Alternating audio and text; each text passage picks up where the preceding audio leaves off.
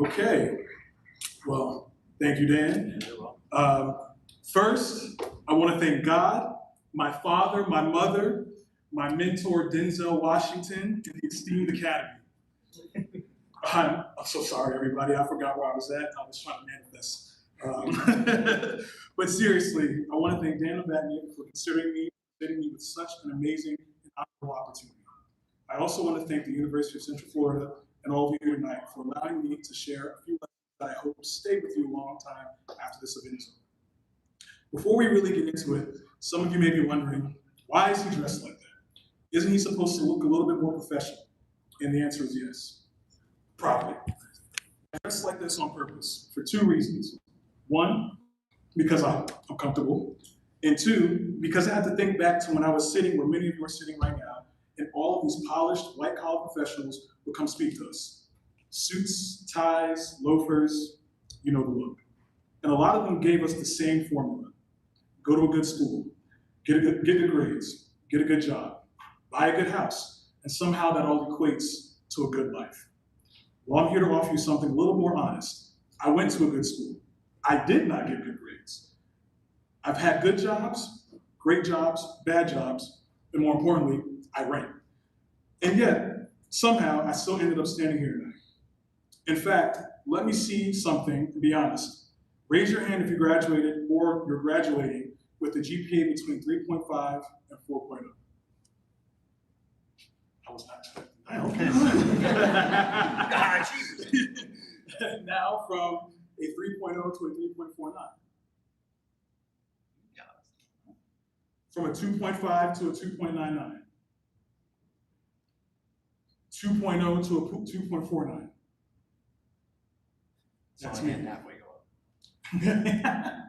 That was me. I graduated from Shippensburg University of Pennsylvania with an astonishing, ground-staking 2.1 GPA. Hey!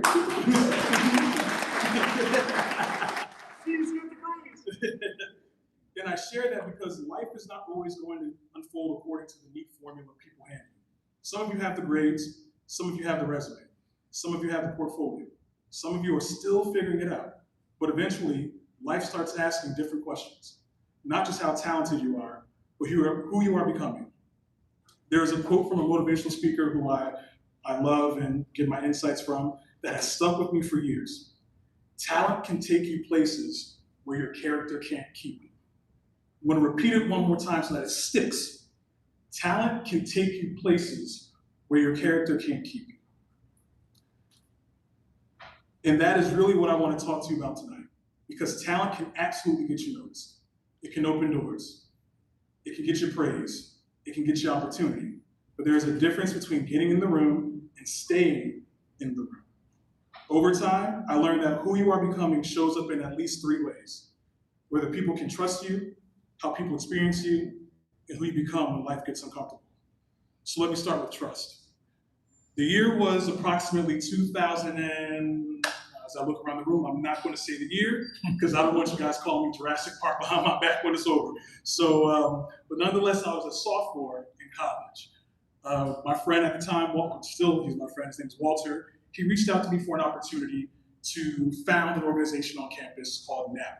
NABA stands for the National Association of Black Accountants. Never heard of it, but he did the research. And I said, well, yeah, well, I'd be happy to help you out. What do you want me to be? He says, I want you to be my vice president. I don't think I can do it. He said, no, Lance, you're my guy. You've been, our moms love each other. And once you have that mother connection, it's a wrap. So I said, why not? What's the next step? He said, we need to talk to Dean Winters. And there's a meeting set up, and we just have to give him the use case, the business proposal, and go from there. So we go to Dean Winters' office, and he tells us, Walt, I love the idea, it was fantastic. We actually have in a month an event where it's going to be the business department. So for background, at the time I was a double major in accounting and management information systems. I then dropped the accounting part because it was a snooze fest, but Walt was still an accounting major. And so we went to this, we were tasked with going to this golf outing where there'd be the board of directors, the president, all the professors from the university, and elite alumni. So we did our preparations, or what I thought would be preparation, but as always in life, things don't pan out the way you want. Remember Murphy's Law? What can happen will happen. And so being that we're college kids focused on a lot of things, me more so partying by that 2.1, we had to print out the pamphlets. And of course the day comes, I'm printing out the pamphlets, we're trying to, and the printer doesn't work. So I say to Walt, no worries, I have my laptop, I'll hook it up to the projector, they said there'd be one. 35 minutes, we get there, and I'm trying to hook up the projector doesn't work for whatever reason. So Walt is fidgeting, he's nervous, he's panicking, but me, I'm this quiet strength, I was there, I said, hey Walt, it's okay, stay calm, we've got this. We've done the research, we've done the preparation. So in that moment, I get the crowd, I say, hey everyone, ding, ding, ding, ding, can we all sit down? They take their seats, and then I then begin to speak about 3 to 4 minutes, giving them an introduction, letting them know that NABA is going to uplift this campus. Why? Because on Shippensburg University, there was a 2.2% Black population. We were definitely underrepresented. Shippensburg University is in the middle of nowhere, cornfields surrounded. Still don't understand how I ended up there, but I'm blessed that I did. And so while giving them that pitch, I tell them, by adding this to the university, even though the word Black is in it, don't be afraid of that word. It's a powerful word. I said, it's open to all ethnicities, and it's also open to all careers and majors. So everyone can be welcome. And being that the name Shippensburg, the shorthand was ship, I then told them, rising tides raises all ships. And that's something that you should always remember, is that when the bottom can benefit, everyone else does. And so I then handed over to Walt. Walt's feeling the confidence, we're getting them. I've seen smiles around the room, and then finally it ends. We get our applauses, we shake hands. I think I signed a few autographs, kissed a few babies. I can't remember, it's all good. But what I remember is a gentleman named Aaron. He walked up to me, he shook my hand, he said, Lance, that was fantastic, that pitch. I don't know what's going to happen next, but I know whatever you do, an organization is going to be blessed to have you. And, ooh. An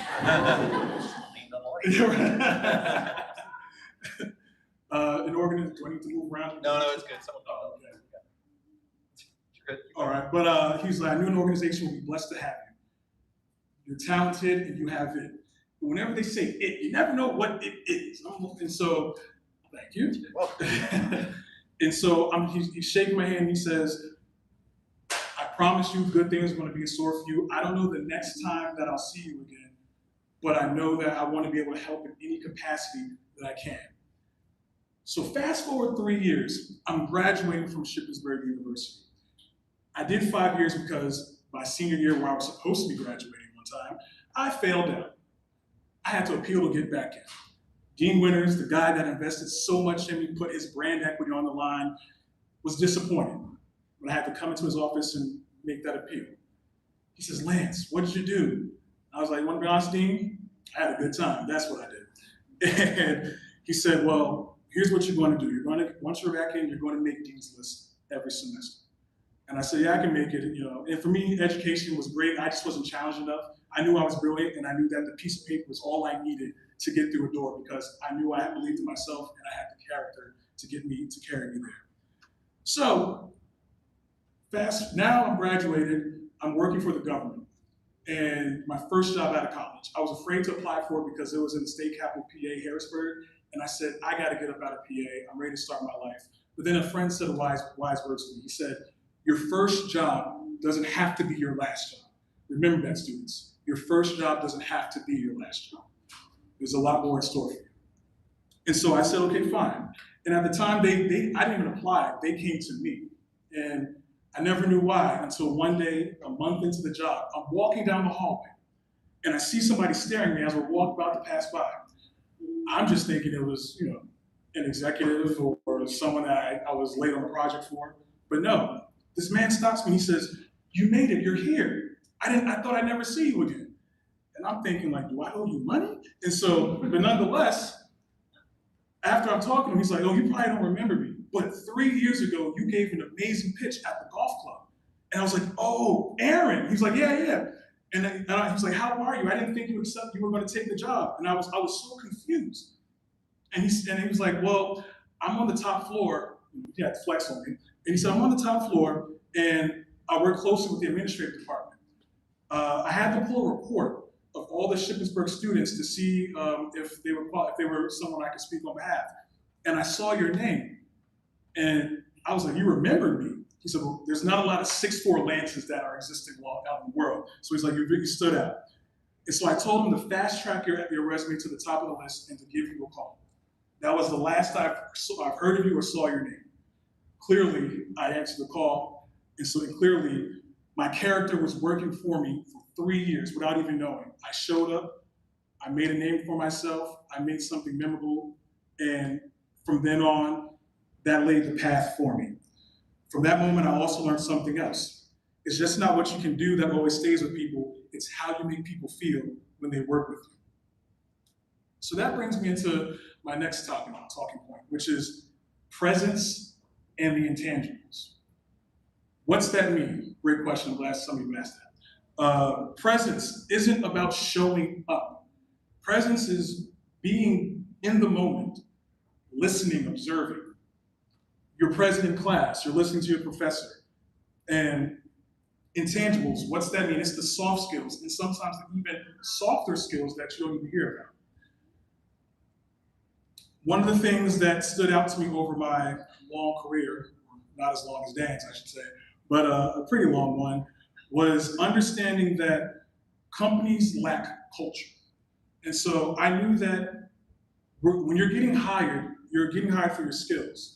And people on your team are always going to have the same skill set, maybe something different, but you're there for a purpose, and you're there to push the company forward or whatever project that you're working on. But the key to being a successful team is how do you collaborate? How do you work together? And from then on, I said, that's what I'm going to champion. I want to be a champion of culture. I'm a phenomenal programmer, developer. I'll work late, stay late. But how I interact with people means a lot, because one thing they won't tell you is emotional intelligence. They never mention that. It's like taboo in the business world. But being an emotional intelligent person is just simply caring a little bit more. Don't just clock in and clock out. Actually learn how your coworkers, colleagues, classmates communicate with one another, because everyone receives information differently. I'm still learning that today. But because of that soft skill and that intention, I had to figure out, how can I be more vulnerable? Because being more vulnerable in front of strangers is one of the most difficult things to do. And I disarmed myself by doing this one simple trick. I do it every time I'm in a room, and I'm doing it exactly in this moment. And that thing is, I assume that everybody that I'm in presence with is smarter than I am. Even though I know I'm the smartest person on the planet, keep your opinions to yourself, please. But even though I know I'm intelligent, I still make that assumption that everyone is smarter than me. And the reason is because we were born with one mouth and two ears, and that puts me in a state of mind where I'm forced to listen and be open to new possibilities and new perspectives. Everyone that you interact with has something to offer and something to give. Never forget that you have something to offer, something to give.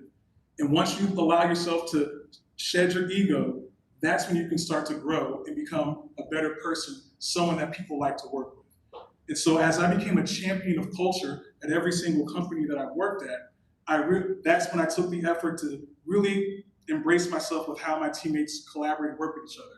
Some of them being understanding that there's a lot of introverts in the world. Some of you may be in that room like, I don't know how he's up here speaking. I could never do that. You can. Trust me, you can. It just takes a little bit. But knowing that, for example, as a teammate, he's a brilliant gentleman, but he likes to be in a silo. And a lot of you guys may understand, when you're just programming and doing your work, you're in a silo, just trying to get the thing done. But I was trying to figure out, how can I engage him? And so, like I said, I disarmed myself and I put my ego aside. And so one day on the Teams call, we were trying to solve a fire. And for those who don't know what fire is, it's like DEFCON 5 is an emergency. When your internet goes out, there's somebody that has to go fix it. That's a fire. And so we were trying to find solutions, and I knew he had the answer. And I said, how can I get this man to talk? He's just on the call, mic off, camera off. And so I said, actually, I have an idea. And I said probably the most idiotic statement ever, but I followed it up with, I don't know if that's a good idea, but I think Joe Smith, that's not his real name, but I think Joe Smith may have the answer. Like, Joe, what do you think about that? he always comes through with something. And because I invoked his name and instilled confidence in him, that man turned his camera on, unmuted his mic, and started talking. Talking so much that we were like, okay, we get the point. Just solve it. And that let me know, okay, there's something special here. And so from then on, I just started taking those little moments and started iterating on top of them and building something very strong. The next way that you champion culture and being present in the intangible is mastering the art of the tough conversation. People hate tough conversations. Even if they're not even tough, it's just the fact that someone may say something bad about me, or someone's going to say something about me that I've never learned, I never knew about. And it feels like an attack. You're not being attacked, especially in the professional space. If someone's giving you some corrective criticism and feedback, harness it because it may save your career, trust me. And so on some calls that we have at every company, there's always going to be someone that speaks up. And that someone's me. So hopefully I can work with you all in the future. But no one wants to say the quiet part out loud, the most obvious thing. And so one day I was on a call and we had leadership, executives on it. And they were just doing a touch base and seeing how everyone's doing. They were meeting with groups throughout the IT department. And towards the end, the CTO asked, so how's everyone feeling? It's about 25 engineers on this call and everyone's silent. So I raise my hand and I say, can I be candid? At this time, doesn't even know my name. And he's like, he sees my name on the bubble. Yeah, Lance, go speak. And I said, okay, to be honest with you, the entire team and department is experiencing burnout. We're working 14 to 16 hours a day simply because the company is disorganized at the top and it's affecting us at the bottom. If you want us to work better, there needs to be clear focus. We cannot do this, and the company is sending emails to leverage our PTO. Well, what's the point of using your PTO if you're going to come back and have to do the same thing over again, experience that burnout, to then use that PTO again? There needs to be some sort of balance. So I said that in front of leadership. There was an awkward silence where they probably thought, who's this audacious person? But then what was great about the cameras being on is other engineers were nodding their heads in agreement. Like, finally someone said it. And when he saw the rest of the room nodding in agreement, that's when he has to take a moment and say, does anyone else feel like that? And sure enough, everyone was fighting to give their opinion, to give their stake in this claim. And once again, being present in that intangible of just being a voice. You don't have to be the loudest voice in the room, but sometimes a whisper can be heard. That leads me into my final topic, which is pressure and instability. Try not to ramble on too much about this one because this one is a very key part of who I am. And I hope I don't scare the new generation of engineers as I tell this story. I was told that I can scare the heck out of you guys. And so here we go. So after working for the government, which you guys know is notoriously slow, things never get accomplished, and it just wasn't a fit for me. So I decided to scale down and move to Tampa, work for some middle tier companies, mom and pop places, just places where I can be impactful and people will know my name and versus you get it done type of situation. But even that was still slow for me. And so I realized, why are things slow for me? Well, I wasn't learning. And learning keeps me energized, knowing that there's something new on the horizon keeps me going. People will say, Lance, you're 47? How do you look so young? And I'm like, oh, I look for something. I keep I'm not 47, I just want to. I'm 25. No. I can lie to the world. All right. But anyway, but I always have something to look forward to. That's the way to keep your spirit young, is by having something, because otherwise you're stale. And so what's the best way in my career that I could learn at a rapid rate? How many of you have seen the show Silicon Valley? What that premise is? Startups. Startups are the best way to learn at overnight, because there are real problems that are trying to get to market real fast. And so I just love that. It was exhilarating. And by the way, I was doing startups before Silicon Valley even became the show. But while in Tampa, I left a great paying job. I had an office and everything, but it wasn't fulfilling my spirit. And so I decided to give an opportunity. A good friend of mine, his family had said, hey, Joe Smith is starting a company and we recommended you. And being that they leveraged their brand equity, I said, I'll give it a go. I've never worked for a startup before, but if I can make a difference, I will. And so let me be clear. I left a great paying job. I was told I was going to have a lateral move, but then after my first 4 months on this job, a paycheck was missed. Red flag. But again, it's a startup, things happen. The second month goes by where no paycheck comes in. But yet, we're working from his apartment, he's buying us dinner, when we go out at night, he's paying for drinks, so I'm thinking, okay, it's just a mishap with the check getting cleared. The bank closed, is that what it was? But come to find out, he had a spending problem. He was burning through the money faster than we can even make it, or faster than we can find some angel investors. And so that happened for about 9 months. I'm in the process of getting evicted from my apartment in Tampa because I'm just maxing out credit cards. Didn't want to, had to ask friends for money. They're all paid back, by the way. But I started looking for other jobs. And I found another startup in San Francisco. They relocated me. The position was for Director of Information Technology. I was going to have a team of about 12 people under me. And I said, why not? This is new. I was going to be hands off the keyboard for a bit, or so I thought. Well, while in San Francisco, the same thing happens again after 5 months. Paychecks start getting further apart. But the thing is it wasn't happening to me this time. I'm having my subordinates come up to me, or rather people who report to me, not subordinates. They're coming to me and they're saying, hey, Lance, I didn't get a check today. So I'm doing a survey. Did you get a check? Did you get a check? And they were the only one. I said, okay, let me talk to HR and see what's going on, and we'll get you right. But then the following week, it's another person that didn't get a paycheck. So I'm thinking, well, that's odd. 2 back-to-back weeks of people not getting paychecks, but it's 2 different people. Red flag, maybe it's a yellow flag, I don't know. But then that next thing you know, the entire team, except for me, misses the entire paycheck. And I said, okay, this is unacceptable. I contact the CEO, and I'm trying to figure out what's going on. Where's the money at? We're still in business. We're working with billion-dollar companies. We're partnering with them. I said, that's impossible that this is happening. My engineers are leaving. They're finding other work. And at the end of the day, I become the last one standing. The guy that was supposed to be hands-off keyboard is now tasked with the keys to the entire kingdom. In the words of a man, no one man should have all that power. And I didn't want to say his name to take away from the point I was trying to make, but Kanye West. But anywho, but while being there, I said, okay, Lance, you've been through this before. Maybe this is just a different, the CEO, he's responsive. There's still other people, other departments still working. It's just a mishap.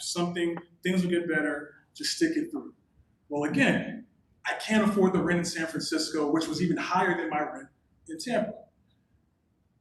I had a friend who was in the military stationed in Wiesbaden, Germany. And I reached out to him and I said, hey, things are getting a little tough over here in the Bay. I was wondering if that opportunity to visit you and potentially stay is open. He says, sure, if you can make it here. And so I looked at the situation. I said, I have 2 options. I'm not getting paid right now. I can either be broke in Germany on a couch, or I can be broke on my parents' couch in the Poconos. Naturally, I chose Germany because at least with Germany, when I walk out that door and if I make a left or a right, it's going to be a new adventure every single day. My parents live on a mountain. If I make a left or a right out of that door, I am still on a mountain and I got to walk to civilization. I was not doing that. So I drive across the country, I park my car at my parents' house. I get on a plane from New York and I make my way to Germany where I live there. Had an amazing time. But again, I never quit that startup because why? I still had hope that things would be different. My character said, hey, you have a job that can be done. They're still giving you some money. It wasn't a full paycheck, a half paycheck. So they were kind of leading me on, if you will. And I thought, well, I'm going to be living for free, essentially, for my tax-paying dollars are paying for this house, and there was a grocery stipend. I'll be fed, and I get to see the world at a premium while being broke. That's amazing. Who does that? So I'm traveling the world and enjoying myself, still coding, and one of the partners was a German automaker. I'm on a meeting with them, and they congratulate me. And I'm saying, what did I do? You know, I'm all blushing on the call, all giddy, playing with my hair, you know, and they're like, congratulations on the promotion. I'm like, promotion? What do you mean? Oh, we ruined the surprise? I was like, well, who? Well, you didn't see the statement? You were promoted to vice president of engineering. So, wait, what? I was promoted to VP of engineering? So when you hear that from people who work at, billion-dollar company, I'm thinking, cha-ching, all right, that money's about to pour in, let's go. We're going to Paris next week, guys, so I can take the train to Paris from Germany for like 100 euros. And I was ready to have a ball. I called the CEO, I said, hey, Mike, let's say his name, my bad. Hey, anonymous individual. I didn't get the email, but I was just told that I'm VP of software engineering. And he's with the audacity, he says, oh, about that, Lance. And I said, I don't like that tone. He says, we had to do that just to save face because we wanted our partners and vendors to know that the company isn't blowing up. And so we said we gave you promotion to let them know that we're moving in a direction. And since they love you, and all the teams love working with me, since they love you, it'll establish faith that, oh, Lance moved up, then things are good. He's the guy that we go to. Again, I was the only guy to go to because I was the only guy that could be, that would respond. So to hear that and think I got a promotion for nothing, it kind of broke my spirits. And I had looked at that moment, frustrated, and I looked at the laptop and I said, I can make this man's life hell. I can lock him out of his own email. I can lock our customers out of their accounts. They depended on this service. I can be so vindictive and malicious if I truly wanted to. But again, that's illegal. You can't do that, by the way. Just want to call that out. But I don't have an evil bone in my body. I do have a petty bone in my body, but not evil. And so in that moment, I said, Lance, you have two options. You can leave, or there's still some paychecks coming through. You can prepare. And so what did I do? I prepared myself by relocating to South Pacific Asia. I know, woe is me. But our money lasts a lot longer, or stretches a lot further in the Balinese and Thailand economy. So I told my friend Steven, I said, hey, I'll be back, but I'm going to be gone for a little bit. Cash is running tight. I need to stretch $100 for 2 months. And I actually need to stretch for 2 weeks. But I get to Thailand, had an amazing experience, Bali, celebrated my birthday there, and just was getting strung along. And so at that moment, I had to make a decision to move on. And so that's exactly what I did.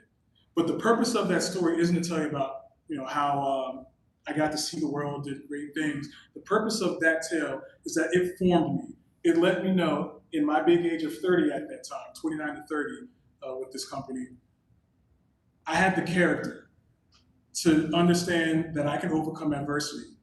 The character to know that when you're being wrong, that doesn't mean you wrong other people, because the saying goes, hurt people hurt people. And though I was hurting, it wasn't my job to pass that on to the next person. It was my job to be better and make sure that no one else suffers from the same thing. And so I took that on, and from then on, I then advanced my career. Even though I'm an engineer by trade, I consider myself a man of culture, a man that's emotionally intelligent, because my role at my company, 80% of the time, is leading product and driving success of the team. But for me, I actually say my 80% is making sure that the company feels good. Oftentimes, my team tells me I'm the heartbeat of the company. My fiance tells me that. And even my mentee, she's here tonight. And I've gotten to watch her grow over the last 5 years and being empowered. So that lets me know, by seeing her growth, that I'm doing something right. So now in closing, I want to say this. Some of you are walking out of here with honors. Some of you are walking out with questions. Some of you are walking out confident. Some of you are walking out uncertain. But all of you are walking into rooms where your talent may help you get noticed. And when that moment comes, I hope you remember this. Talent is a gift, but character is a responsibility. Because talent may open the door, but character is what keeps you there. So don't spend all your energy trying to become impressive. Become trustworthy. Become accountable. Become humble. Become consistent. Become the kind of person who can carry the weight of the opportunity you are asking life to give you. Don't just focus on getting into the room. Become the kind of person who belongs there. The world notices talent, but it makes room for character because who you are when no one is watching. Thank you for your time again. I'm Lance Robinson. It's been a pleasure.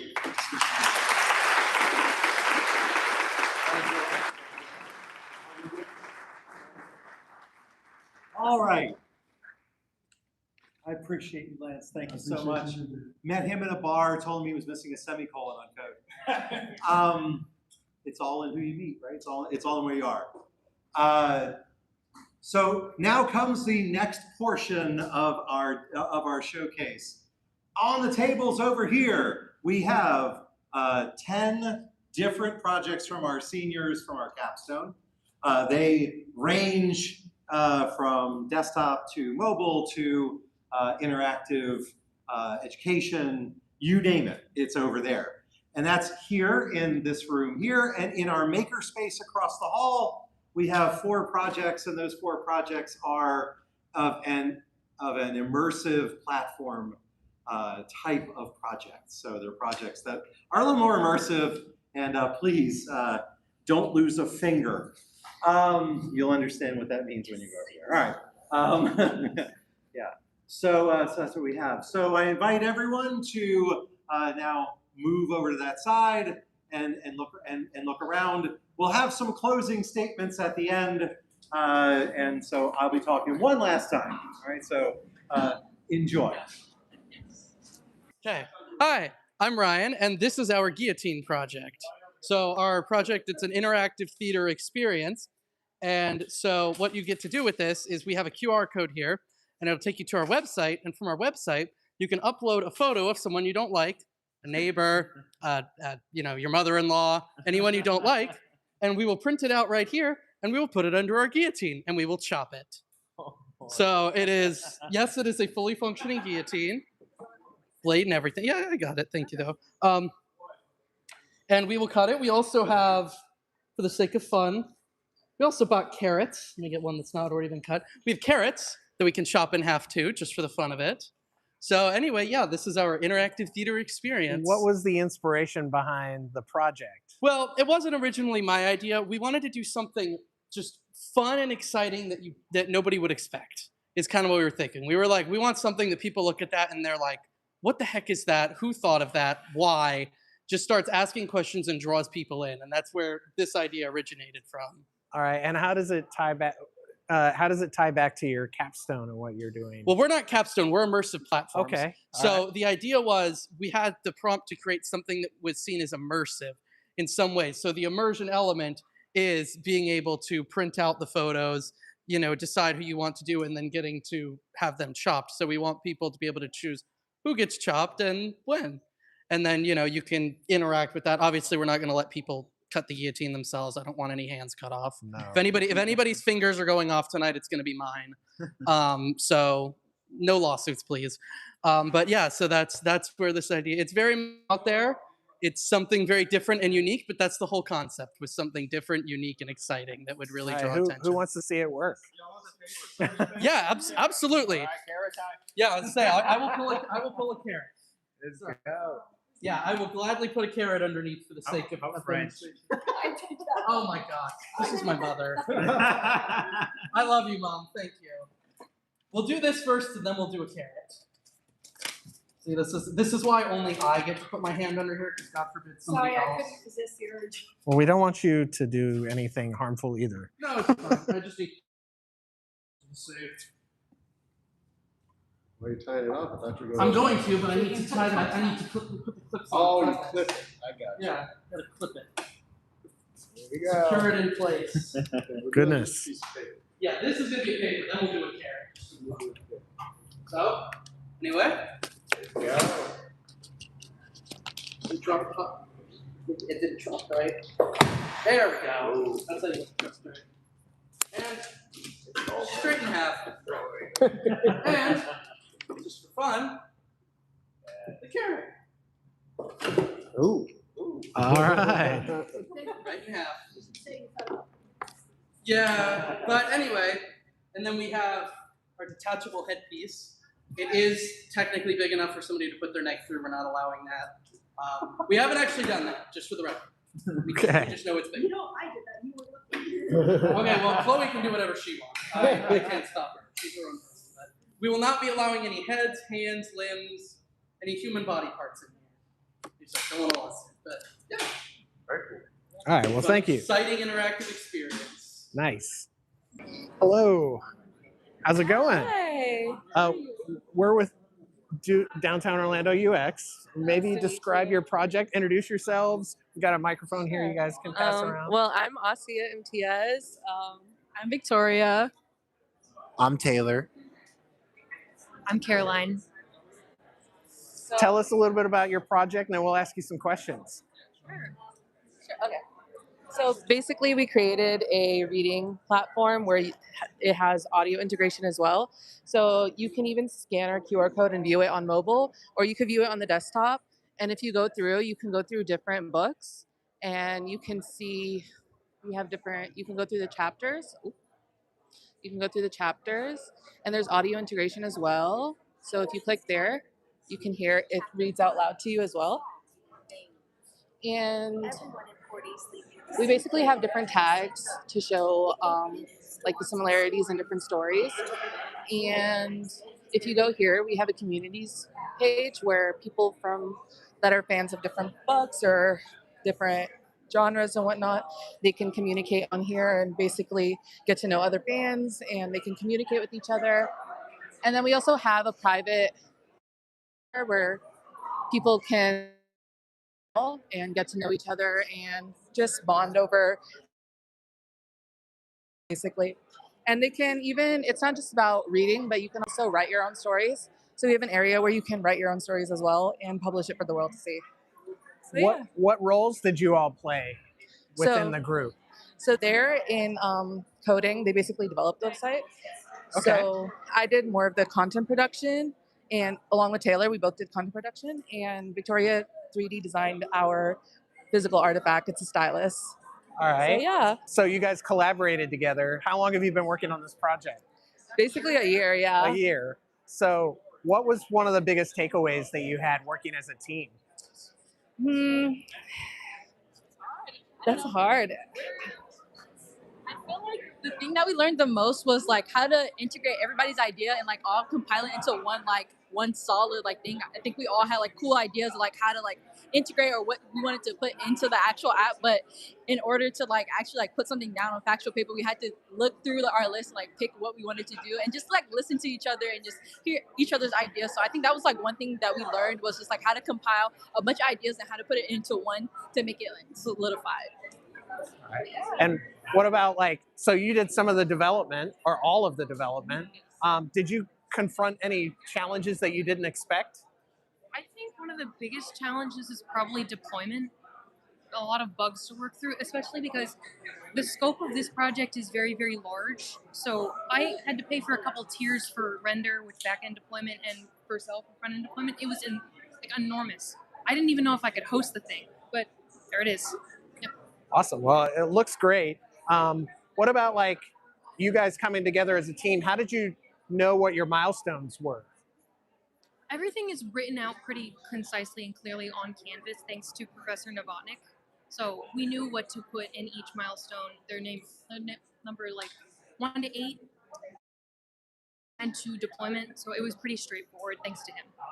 Who did the design work? You've got content. Who did design? Asia was on content. Okay. All right. So content and design are combined in a collaborative nature. Okay. In the first part of the capstone, I was branding and then it shifted when we had an actual app to put content in. I became the sole developer because our developer actually left our main developer. So I became the developer, even when I'm not a developer. I'm more of a designer. That's a pretty big hurdle. It was. Yeah. It was interesting. You probably could relate a little bit to what So Lance had yes, to say. I was Yeah, very locked awesome. into his speech because we're like the same person, I swear. But yes, Asia did most of the content production for the second half of Capstone. Questions that you'd like to ask? Okay, well, thank you. Thank you so much. Thank you, guys. Nice Take to meet care. you Congratulations, by the way, Thank too. you. All right. Hey, how are you guys? I'm Wes, and this is Jason. We're with Downtown Orlando UX. I don't know if we've met, but tell us a little bit about your product. We'll ask some questions Sure. about the experience and journey of getting here. Absolutely. And who you guys are. Yeah, it's working. And who you guys are and what roles Sure. you play. Okay, so we'll start with our team. So my name's Hannah Plumley. I'm our lead visual designer and basically the creator of this concept. I'm a teacher, so it was important to me to bring a little bit of my teaching and music into my schoolwork. This is Malia. She is our marketing and secondary visual designer. This is Marcella. She's been on top of use cases and user flows. So for the app itself, so that's our team. This is our landing page. Landing page. You can log in. It is connected to Google. I'm just going to go ahead and skip back to home. So the way it works is that we have 5 main features. Our primary feature are the lessons. This allows a student to learn about the violin. It's structured. It has well, I already did this, but it starts with a video. And we recorded all the lesson content in the videos. So it's teaching the student about how to hold the violin, how to use it. Once you go through the video, there's a quiz. So just sort of reaffirming that knowledge. So the violin is most commonly held in the left hand. You can sort of skip through. Ring finger. And once you get to the end, it'll have a little summary of what you worked on. And once you complete a lesson, you'll find in our second feature, this is the awards feature. You'll earn a medal for the lesson you just completed. So we have a couple lessons still left to complete. That's why they're empty. But once it's completed, it will show here. Now the physical artifact and how this works is every lesson that's in the website is connected to the workbook. So this is for giving students additional practice. So let's say this lesson 1.1 that correlates with the lesson video we just watched about holding the violin. When they complete that lesson, they can scan this QR code and the student can receive a digital sticker and their awards and their digital sticker book. Okay. Yeah. So as maybe, I don't know who wants to answer this question, but what was the biggest challenge that you all had approaching this project? Biggest challenge, probably scale. We had a lot of really good ideas for what we wanted to do. For example, there was one feature, we wanted students to be able to compose music, and that just did not work out with the time that we had. So scaling things back and including features that we felt really set us apart, but also showed our skills, that was a little difficult, just finding out what to include. Did you find yourselves up against a timeline at any point where you were wondering if you were going to meet that expectation? No, definitely when it came to, coding, back-end, front-end coding, it took a lot for us to learn. We all did it, though. We all took a part in that, and that was a lot of fun learning that. But the deadlines definitely got us for that part, and the design as well, because, you have to find a very intuitive design. You want people to be able to know where your stuff is on your site. So we had to find all that, but we did at the end of the day, and it was a lot of fun working with them. Did you get to have actual users interact with your experiences yet? So I'm Grayson. I did the financial planning and most of the test cases. So most of this was me going outside and around the university and just getting people to test it, as well as Hannah had her students test the website as well because she is a experienced violinist teacher, very talented. And one of the biggest issues that me and Chloe's not here right now. She's currently working on her other capstone project. The biggest issues we had with coding was originally getting PayPal to function, because PayPal has something called PayPal Sandbox. It's where you can test the website's payment features through PayPal without it charging you. But the main issue that we had is that there's no guide on how to get it set up. We had to make 7 different accounts, 2 different emails. We had to go through hoops, hurdles. We had to call support at one point just because it wasn't our API keys wouldn't work, and we finally got that working. And I would say that was one of the hardest coding challenges to overcome. But I'm just, in my eyes, I'm just really impressed of all of the digital interactive design and all the visual aspects that Hannah, Marcella, and Malia have worked on. I mean, we would have never got something as good as an official looking Arco textbook if it weren't for these three individuals here. So that's one of the most inspiring things. That's great. What was like the one thing that you guys would take away from this project that you've learned and maybe will hope to carry with you as you move forward? Definitely, I would say working on something that, because I had no prior knowledge to violin before, but just being open to like learning different things and kind of going around it. Like, I was scared at first. I was definitely so scared at first because it's violin heavy, but I was able to work around that and kind of learn more. Like, just be open to learning more. Yeah. The greatest thing that I took out of this was working with the team. Usually most of my projects have been independent. This is the first major project that I've ever had in my life. And it was very inspiring being able to get a group of people to work together on a cause such as good as Arco, as well as running with all the punches and the hurdles that we had to jump over and overcome, whether it was payment providers, Wi-Fi, trying to get our Docker systems to work completely fully. Just one of the greatest takeaways of this was the team bonding experience and trying to work with our teams and splitting the tasks amongst each other, figuring out what our strong suits were and what our weaknesses were so that people that were strong at some activities could focus on those and also learn out activities that they're not great at, so they could learn and improve more, so they could take more out of this project and apply this to their everyday work cycles and hopefully their work that they're going to have in their future. So it allows. The biggest thing that I took away with this was having a solid team and solid group members that understand who I was, what I was capable with, and what they were capable with, and allowed me to grow as a bigger person. Awesome. Thank you. Did you want to add anything? I would just say learning from each other. Like my weakness was coding going into it, and I learned a lot from Chloe specifically, which she's not here right now, but on how to be a better coder, which I think, and from everybody, I learned their strengths, and I think it added to my overall strengths, just working with them for such a long time.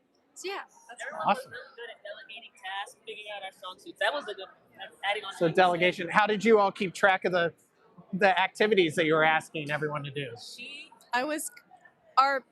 Our project manager is Chloe Becker. She's actually over at the Guillotine in the makerspace but she right was now. an important part of your team. So she's our project manager. Yeah. I was kind of assistant project manager in that every team meeting, we would take very detailed notes on what needed to be accomplished by our deadline and who had what task. So that's kind of how we stayed on track and made sure we accomplished all of what we wanted to achieve by our due dates.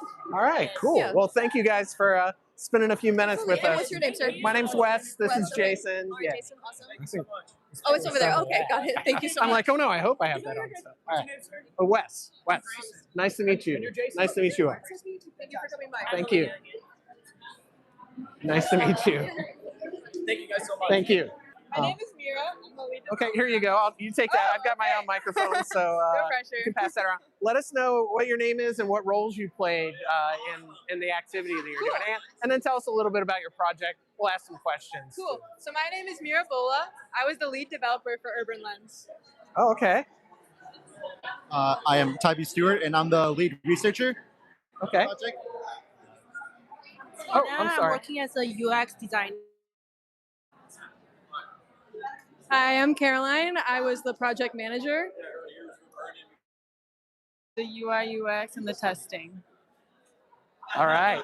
You can keep the microphone. Yeah. Well, tell us a little bit about the project. You don't have to go deep, but just give us a high level, and then we'll ask some questions. Cool. So Urban Lens is our website designed.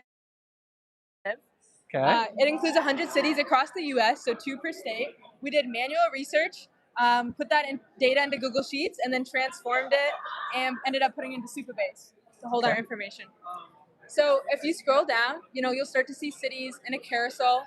On every city, you can leave a comment. So if you're thinking about moving there, or maybe you have moved there and you have some experience, you can reply to comments, edit your own comment, delete a comment. You can also expand each city to see the details and key metrics like the cost of living index, average climate, average rent, population, all those. And then in our explore areas, we have 5 pages, 20 cities per page. If you want to save a city, like maybe I want to learn more about the Atlantic City, you can bookmark it and you'll see that. I want to learn more about Baltimore. You can also filter here. So if you want to see places maybe with this kind of high school graduation rate, maybe you want to see, lowest to highest cities, you can do filtering as well. When I go to my account, I can see those cities that I favorited. And I can also remove. And I can see any comments that I might have made and delete them over here. Who do you think your primary users are going to be for this? Really, a lot of different groups of people. So really, move or just looking to research moving even. So that could be families, that could be people graduating college, like moving. That could be living alone and you have a specific income and you want to live in a specific area that can support that income. It has a lot of information for just any type of person that is looking to move, and that was our goal. Did your group get a chance to talk to actual users? We had a chance. Lori, I think you did that, yeah. With our final, with this, yeah, we just had a couple people come up already. They've looked through our website. We've already gotten some feedback on our final, but throughout with our testing, we did have use cases. We did have users test our website and our prototype and give us feedback, which helped us with our final project. So you gathered feedback from users. What was one of the things that surprised you when you were doing that, when you first got started? I think. And anyone can answer too. So someone else wants to? You're welcome to answer, but maybe other people were surprised. Yeah, with navigation, especially with the compare cities, they couldn't find the tool at first because it wasn't up here. So the users were kind of confused on how they would get there, but we took that into note and we put it in the tab above, which helped a lot with the navigation. Same, a lot of people wouldn't scroll down, so it'd be kind of hard. But then with how we designed it, you would see the flow that you can scroll down on the home page. It's not just one set page.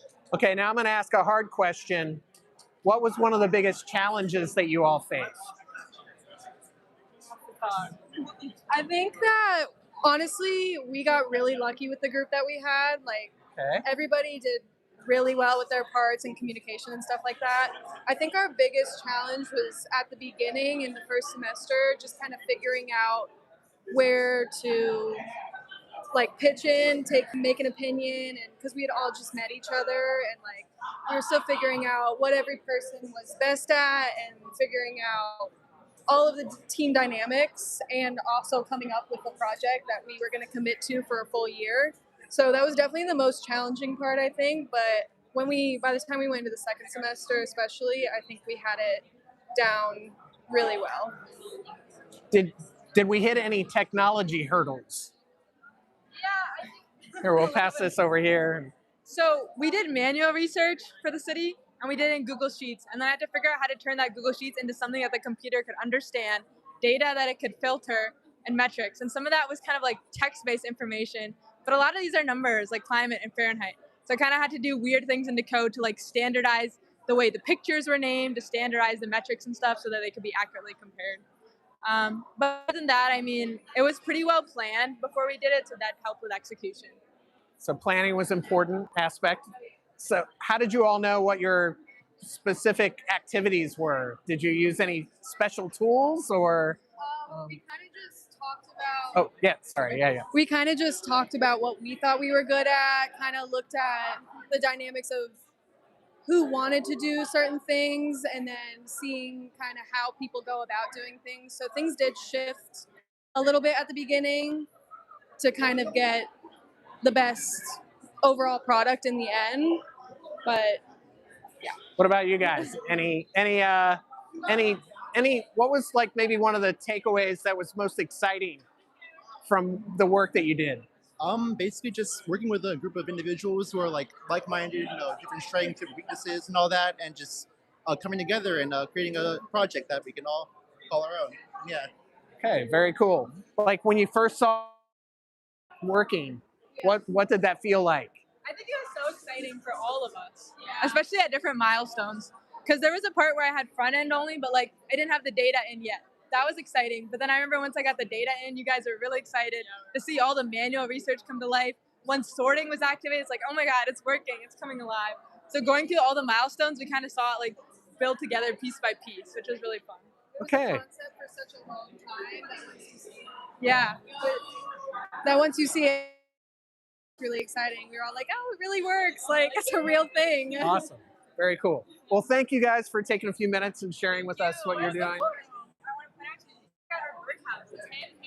Oh, very nice. Well, my name's Brooke. I did a lot of the design for this website. So I picked out a lot of the color palette. I did a lot of the font work for the website as well. But yeah, we'll move on to the next person. Hello, my name is Jason. I did kind of did a bit of everything, but I would say I mostly focused on like the UI UX design, and a lot of like the code, like the back end. And it's very vanilla code. It's HTML, CSS, Java, JavaScript, PHP. Yeah. Hello, my name is Zach. I worked on pretty much most of the testing for the site. It's really easy to like plan out, have everything down, put all the work in it. But once you actually have a product, you'll realize there's a lot of holes you missed along the way. So I was going back and making sure everything was running right, making sure it was intuitive to get through. But yeah. Yeah, and I'm Tommy. I kind of helped fill in gaps anywhere that needed to be needed.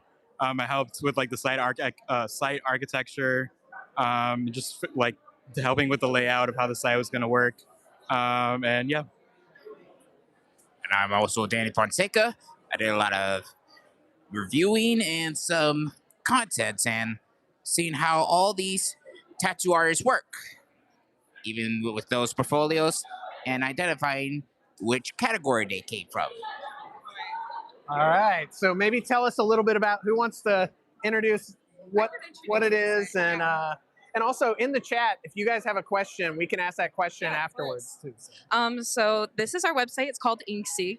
InkSeek is a tattoo artist finder website. So it basically helps users and artists connect with each other. A big problem right now with tattoos is having to near you and can all that you want. Because tattoo artists are so spread out over different platforms, we wanted to create a centralized platform where they could all connect with each other. So right now, this laptop is on the Discover page of the website. This is where you would go looking through artist portfolio pieces, and you can kind of search through and scroll through until you kind of find something that you like. We also have filters as well, so you can filter by style, location, price, or star rating. Let's just say you're someone who's looking for a geometric tattoo. We can apply that. We see all the different kinds of geometric tattoos that are up on the site. Once we see something that's kind of what we're looking for, message them to reach out about booking, see their availability, their location, and also their reviews as well, and the rest of their portfolio. But again, the website's just about connecting artists with users so that users feel confident in the tattoos that they're getting. All right. Very, very cool. Actually, you can keep that. Okay. I've got my own here. So what was maybe one of the biggest challenges that you all faced after you? I think Jason can take this one because he Okay. worked a lot on the database, which took a lot of time. I was gonna. I think say you touched on it a little I bit. was gonna say Yeah. that the database. It was actually creating like the relations between all the different tables. That for me took like a lot longer than I expected. But aside from like the database, I would say aside from like the database and the design, the back end took the most time. That was the challenge. And then specifically, I would say the OpenStreetMap plugin. That was something new for me. I've never really worked with APIs before. That was kind of like my like me diving into it. So yeah, that was like my biggest challenge. What about, did you guys have an opportunity to get feedback from users? Yes, we did. In our testing stage, we each asked multiple people to test out the site to kind of figure out what gaps that we had. We did end up fixing a lot from the testing stage. Zach worked a lot on that. Maybe give us one or two examples of something that surprised you after seeing a user trying to use it. One of the biggest things that surprised me was we didn't have originally like any profile photos for the website. So we ended up having to create default ones that went in, and it was just something that I never really considered because I've never really built a social media site before. Yeah. Doing the login information and the authentication for that was a big surprise and challenge. Okay, Yeah. cool. Zach? Yeah, Zach, what you did a lot of the QA testing then, Yes, I right? did. So the quality, not every team has a quality person. Yeah. What was it, bringing that to the table, what was your perspective seeing how you had to give feedback to people that maybe they were surprised by some of the feedback that you gave them on the team, right? Yeah, so it's kind of easy for us to kind of be familiar with it because we kind of build everything, so it's just naturally familiar with us. But once you really start talking to people who are not familiar with it, that's when you can really find some of the problems within the site. Yeah. Because once they go to use it, they might get stumped on maybe the login or maybe trying to get back to the Discover page. And so that's when the feedback is really important because these are the real people who are going to be using the site. And so you do kind of have to cater exactly to what they want because that's generally going to be the audience that ends up using sites like these. Awesome. So you iterated after getting feedback and made updates to it. Yeah. Yeah, very cool. Any questions in the chat that you saw or not sure? So. Do you want a tattoo? Got some tattoos. Jason said, sure. I can hold the camera here, Jason. Jason's going to get a tattoo here. We're going to have like a tattoo wheel done, but... Where would you like the tattoo? Right here on the arm? All right, let's see the guns. All right, perfect. He's flexing now.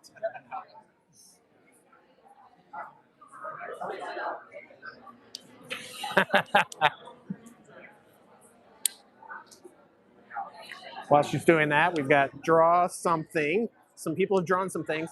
Get a free tattoo, and the arrow is right here, exactly where Jason is. Oh yeah, That's our logo. nice, and that's the logo too. Oh yeah, all right, cool. Everyone has one, right? Okay, all right. All right.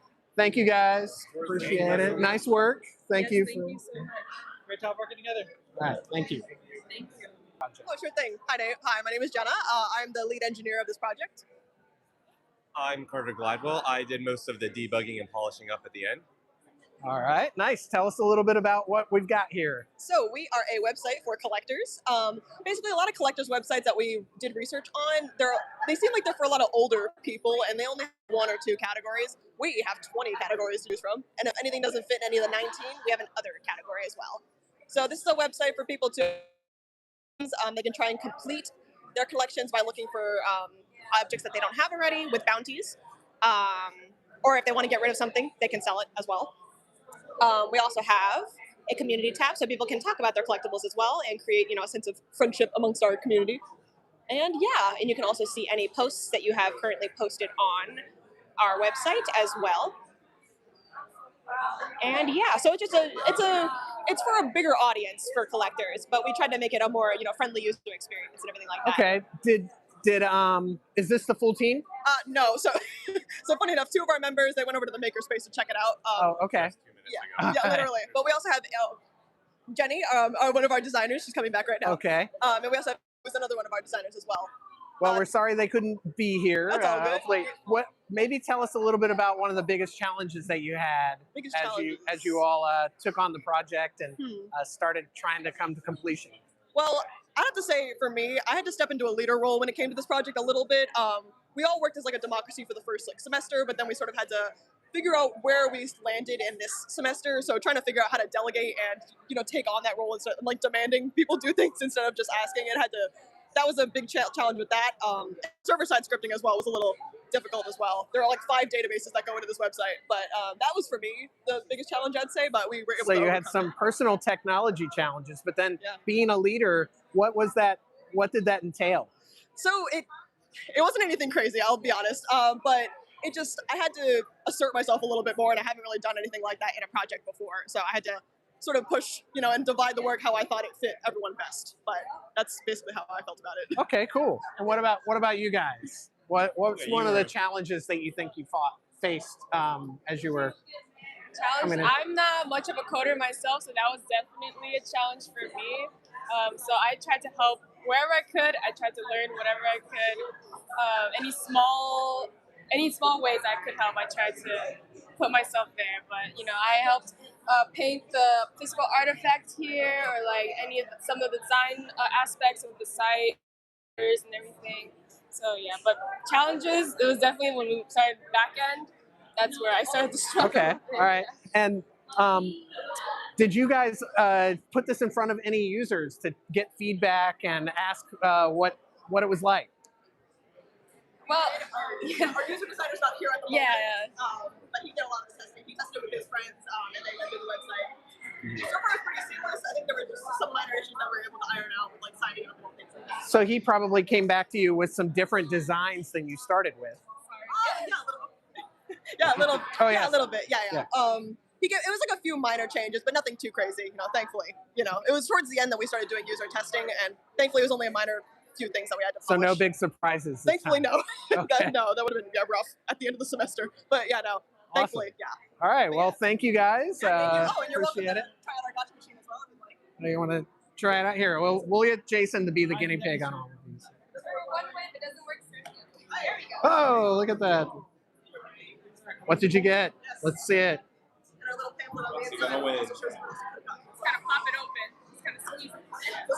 He just got a tattoo, so his arm might be.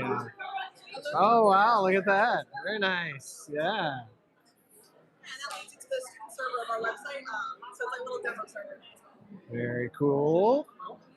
Who knew we'd be walking away with gifts? That's awesome. Yeah, I might go for one here. All right, let's see. I only have one hand to open. No, I can. Am I turning it the right way? If it doesn't work one way, to turn it the other way. I'm gonna go a little slow. Maybe we gotta shake A little it a bit. slower. Oh no. Oh, I hear something. I hear something happening. There we go. Hey, all right. I'm gonna set this down. Let's see what I got. Oh, did I get something? Oh, it's a rare one. Nice. Yeah. Congratulations. All right, wait. Let's How lucky of you. All right. Well, thank you. Oh, look at this. Yep, look at that. There's a QR code there. People can scan.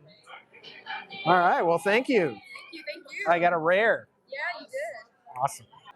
Hi, this is Lumia. It's a prototype for an AR museum experience. So what you do is you scan a QR code, and it's going to take you to this page here, and you can swipe through the different artists, the different paintings available. Click here, you get some information about the artist in the painting, and then you align it with the actual real world painting, and then it comes to life. Oh wow, that's over cool. Here's a little bit of a better example. This is a basic prototype for now, so we have some simple animations and we have it in 3D space. But in a real fully fledged version, it would be fully come to life. It would look like the artist painting physically moves to be able to touch and interact with it. So yeah, that's the basics of our Well, experience. introduce yourself and tell us what you did for the project. Hi, my name's Lauren Balterson, and I was not the only member of this group. We actually have, I'm gonna go get her. Okay. We're like live streaming if you want to say hi. Okay, let me, here, I'll hand her the She's mic. introducing group members. Yeah, we're introducing team members. I'm Wes, this is Jason. We're with Downtown Orlando UX Meetup. We've invited our group here for tonight, and we're all walking through and asking people to describe their project a little bit. Then we'll ask you a couple questions about what it was like working together. I'm Gabriella Godfrey. For this project, I usually wanted to work with more of the UI UX part of it. Okay. More of the user interaction and how it displays on the app. I'm not sure what she already talked about with the app already. She showed us what it would do. Yeah. Okay. Yeah. So we were kind of moving into asking like what roles you did the UI UX. What was it that you did? I did some work on the visual design, but honestly, a lot of the work I did was like the written stuff. So really like the written plan design for this that we had to do like work for the classes in here, but we had to submit for a grade. Okay, before you pass the mic over, Okay. what was one of the biggest challenges that you faced working with your team or trying to overcome some of the technology or design challenges that you had? Honestly, I didn't have too much issue with the technology because as for this, it's just like a Figma prototype and we all knew how to use that. And team conflicts, honestly, not much of them. We had a lot of debates. There's a lot of ideas that got thrown out and got scrapped, but there wasn't any. I mean, there were some ideas that I liked that didn't get to be in the final product. Like we were gonna do a visual narrative idea we had, and that got scrapped. But there wasn't much real conflict. Honestly, everyone worked very well How together. did you guys narrow it down? We all started actually. We formed our group because we had very similar ideas going into it. Like I had a AR history museum idea.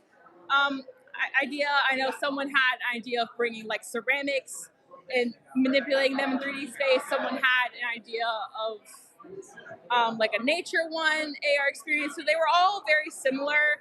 And so we just kind of pooled all our ideas together and this is what we landed on. Okay, and you did some user experience stuff. Did you do some testing? Did anything surprise you during that testing?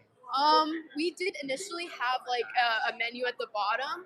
Yeah. But users usually didn't like. Nobody press on even it. touched it. No one used it Okay. because we had like a settings bar like at the bottom, or like to go back to the gallery page. But we decided to take that out because no one was interacting with it. Everyone says it's like we didn't really need it.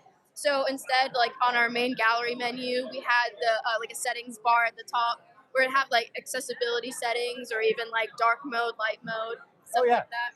Yeah, that was another thing. Or like increasing text size because some people were like, oh, you know, it's kind of hard to read and stuff like that. So I feel like those are the main.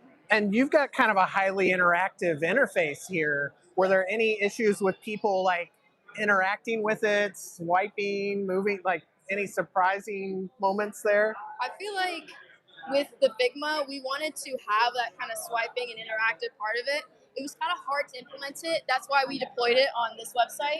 Okay. Where we could, I don't know if she showed you that like we can like move She it did. around. She did. Yeah. Yes. Yeah. So Yeah. I was making sure that, because I had created this as a side part to it to make sure that we can get our vision across of what we wanted for the project, but we weren't able to actually implement that within Figma itself. You know, sometimes just putting it out there is the way to go. So, and if you had a team to be able to do that, that's great. So that's awesome. Okay, what about biggest takeaway? Did you have any kind of like aha moment that you would like to share with the group?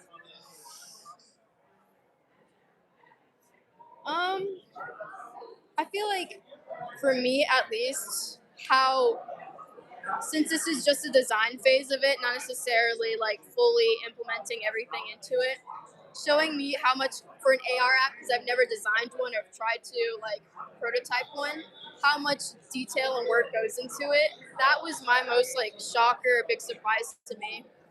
And I felt like kind of restricted within Figma. Like I wanted to do more to show what our vision was, but besides that, I feel like that's my only personal. Well, you didn't let the prototyping tool stop you from taking your idea all the way through, which is great. Some people will be like, we can't do it in Figma, we probably shouldn't do it. So that's great. What about you? For biggest takeaways? Yeah, maybe. I was part of the beta testing for our like original prototype. And one of the things I noticed is that we had a lot of tangents going off in like a bunch of different directions. So a lot of the work we did moving from like the base prototype to the final prototype, which I had a hand in helping with, was really streamlining the user process, especially since it's not something people are going to be using frequently. So it needs to be very efficient, get from point A to point B quickly.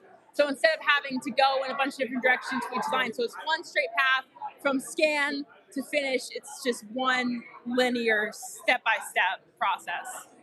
Yeah, sometimes overcomplicating things can get in the way. So Yeah, like our awesome. original we had, I think you told them about the little the menu at the bottom. Didn't need it. Yeah. Never got touched. Definitely hearing from the users can help influence the final direction that you go. So thank you very much. Appreciate it. So my name is Miguel. The concept origin of this project, I kind of I've been getting into fishing lately, so I really wanted to create something that I could relate to. The whole point is to be similar to Pokemon Go, where you go around catching fish in your local areas. Okay.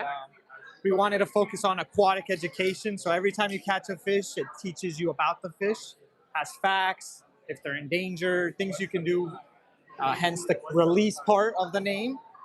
But we just have a quick prototype to show off where you can literally sign up and fish. So if you start the process. Here, I'll hold the mic for you and you can show us. Start the process. It'll pull up the live view. You can tap anywhere to cast. Once you get a bite, you can reel in and it'll pop up with what you caught. You can learn more about it as well. All right, very cool. And you do have a little catch log that shows you all the fish you caught. You have some experience, things like that. Nice. Okay, so question, did you get an opportunity to ask for feedback from users? So no, we're part of the immersive platforms. Yeah. The four that part of. Oh, I see. We went over there and we didn't. Yeah, yeah. Okay. Yes. So we had about 4 weeks to do this. Oh, really? Start to finish. So impressive. we just tried our best. We didn't really get the opportunity to ask people questions and feedback. Okay, what was maybe one of the biggest hurdles that you had to overcome? So probably was originally wanted to have real augmented reality experience with world meshing, surface tracking, things that the phone can do more. But we had to more focus on web AR. Just it's a little bit easier to do. A lot of the AR platforms are now open source. There's no quick hosting to just produce something quick. So that was probably our biggest hurdle. All right, very cool. And what about any key like aha takeaway moments that you had? Probably that sometimes simple can still be good. Even if this isn't the most complex app, it's still fun. You can still learn and play around with it. Yeah, awesome. Very cool. I'm Wes. This is Jason. Nice to meet you. And we're live streaming on our YouTube channel for Downtown Orlando UX User Experience Design. That's why I asked the question if you had had an opportunity to get feedback. Of course, yes, But yeah, do you have any gotcha moments or aha moments that you'd like to share with our as far as the team? process or building or just anything. I mean, catching the rare fish on here, it's a really much gotcha moment because I've been catching it all night and nobody else has been able to, except for the one person that just walked away right now. I see. But for us, our gotcha moment was trying to learn how to make this like a user experience with like the XR and AR apps that are out there because a lot of them are open source. And this is a new process for us. It's just new for us. So it's a very fresh concept. I had no experience at least with AR and XR before coming in here. I know Abby had very little, and she's with another project, and we didn't have much either. So we kind of had to pivot to what we knew. What we knew was code, and so this was a very much a quick demo process. We're getting a lot of feedback tonight what we could do different, how we can improve, and how we would take this further if we were to create on this project. Okay, cool. Well, nice to meet you guys. Microphone. I'm Daphne. I'm the designer. I help create the logos, the buttons, and some of the other assets that were used to create the website. I also help in implementing the branding through the brainstorming that we did in the initial ideas for the project. Okay, thank you. Hi, I'm Maria, and I worked as a cross-functional developer. So I kind of helped every team member with whatever they needed, especially in the front and end development. So hi, I'm Rain. I'm the project manager, so I was kind of helping distribute all the work, making sure the repository was in ship shape and merging all the branches and whatnot, just making sure everything was cohesive and integrated properly. And all right, we'll pass it over here. My name's Alejandro. I am the testing lead. I perform like the debugging and things like that. I also sent out like the survey. So like when users would like look through it and sort of give us feedback, which we see have some results over here. Very cool. And very then cool. yeah, that's all I did. Okay. Hi, my name is Mia. I was the UX UI lead, so I was in charge of making sure that our users knew how to navigate our site. I helped sketch, wireframe, prototype our app. And just to give you a little more context about what the app is, we're adolescents. So it's a play on words with adulting and lessons, and also adolescents, because that's our main target audience, which is young adults. So as you can see over here, we have different modules. We have Finance 101, Social Skills, Productivity, and then we also have Cooking 101 and Household Basics. So it's a variety of gamified lessons with one short answer quizzes, and this will help users be engaged with the app by earning points, unlocking things like coupons, printables, and they can also earn streaks as they complete their lessons. And I can show you over here. This is their prize store. It shows they've completed lessons and they've earned points for their progress. And now we can unlock prizes. So they unlock 20% off AutoZone. And we tried to curate it to the actual things that a young adult would need, especially college students like us, where we might not be in the best financial state and we would need coupons like this. And they can also win a collectible as they complete all the modules. Oh yeah. Everybody wants to save money today. Everybody.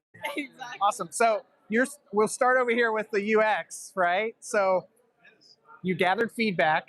What was one of the biggest surprises after getting feedback? Was there anything in here that you had to change or decided, wow, I couldn't believe that wasn't something they liked or needed? So one of our biggest feedbacks, which we thought was surprising, was the color scheme. At first, we had brighter colors, and they actually protested against it, said it looked too elementary school. And well, our theme was to keep it useful, but we had to alter that, made it a little more sophisticated. That's why he has a bow. Okay. But Just we add a bow tie, yeah, and that does it. Yeah.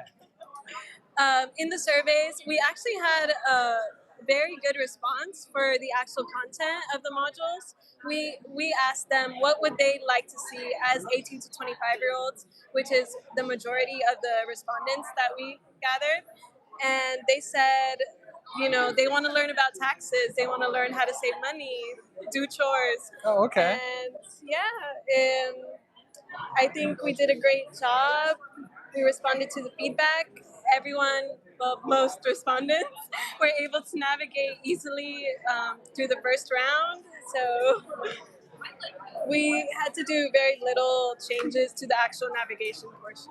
Who was responsible for gathering the user pool? The user pool. Yeah, well, we all contributed to. We sent it out to friends. Send it out family, to friends and family. Okay. Classmates, as many people as we could. And you developed the survey. You put most of it together. Did you gather feedback from the group first? Yeah, And- no, of course. Yeah? We definitely worked together to get questions that were ideal that would help us see what was more the most important in regards to what we would need to see to further progress the project. But yeah, we asked questions about simple questions like if you like their mascot, or questions about what you would want to see, as Mia mentioned, in the future, other modules, stuff like that. There was just different questions that we would have needed to know to sort of see what direction we would want to take. I don't know if she mentioned it, but one thing was that the color scheme. Oh, yeah. And then She talked about that. people thought that it was too childish. Yeah. But we were and we were kind of shocked about it because it was just we wanted it to be bright, colorful, playful, but not come off as for children. So I think we definitely kind of changed the tone of the colors, not to be as bright, a little less saturated, not by much, just to keep people's attention. Yeah. Okay, awesome. Thank you. I'm going to ask these guys some questions. Okay, now, I don't know who needs to answer this question, but were there things that you didn't get to accomplish that you wish that you had been able to, and what do you think was the reason that you weren't able to do that? Who's going to jump into that one? All right, so I guess one of the main functions, features that we wanted to implement initially was kind of making it more gamified, making it more interactive and playful in a sense. but that kind of interfered with actual learning, and also due to time constraints, we couldn't implement all the gamification. So now we kind of just have the rewards, kind of have the and the points to kind of help incentivize the learning, but not distract too much from it by making it like too much of a game. And yeah, I think that was the main thing that we weren't able to implement. All right, and what about like, was there any major challenge that you all faced that was unexpected or you were able to overcome? I'm gonna step behind you here. Yeah, you want me like the dividing? Okay, so sorry, I'm not answering that. So one of the main challenges was kind of dividing the development between a group of 5 people equally. And you did the project management, right? Yeah. So that's an important role, yeah. But yeah, so it's kind of like you have to be very considerate of each person's interests and abilities, but also kind of take into account that each of us kind of needs to contribute an equal amount of work. So it was kind of a challenge in that sense to really make it so that everyone's like learning enough, and but also not being completely overwhelmed given like the amount of work that we had to do and put into it, and just meeting all the requirements for the class itself. But yeah, I would say that was like one of the major challenges. All right, anyone have a challenge or something obstacle that you overcame? I would say, as someone that prides himself in design, and I do not feel confident in development at all. So one skill we had to do was learn to use AI tools, and that brought a lot of challenges in terms of debugging. The AI would mess up our project, and we would have to go back. And it was kind of an iterative process because we are not. Well, our entire team is not confident in their web development skills as, a computer engineer, or a lot of our classmates, they want to do software programming. Yeah. But a lot of us are branding, we're marketing, design. So that was definitely a contributing factor for us. Well, a lot of times understanding and empathizing with the hurdles that type of user or teammate has to overcome is helpful too. So that's great. It definitely gave us different perspective, one that we might not have, She's like looking right at the camera. Sorry. You see her? She's like, you're like great at this. I don't know Like- if I'm supposed to or like. It's like ready to be a news reporter. All right. Well, Right thank you back- guys. Can we right take a back. picture of you guys real quick? And so, here you go. Hi, my name is Brock Adams. I served as someone as like a visual designer, and I worked as a developer on this project. It was a really rewarding experience. I got to meet some really incredible people, and here they are now. Hi, I'm Christopher Cooper. When we joined as a group, we all discussed what we were good at, and we all said designing things. So we were kind of shocked, didn't know what to do. So I feel like each of us is a bit of a jack of all trades when it comes to this app. We all did some of the Stack Overflow, we did the tech, we did the coding all together, and of course Brock led with the graphics. So yeah.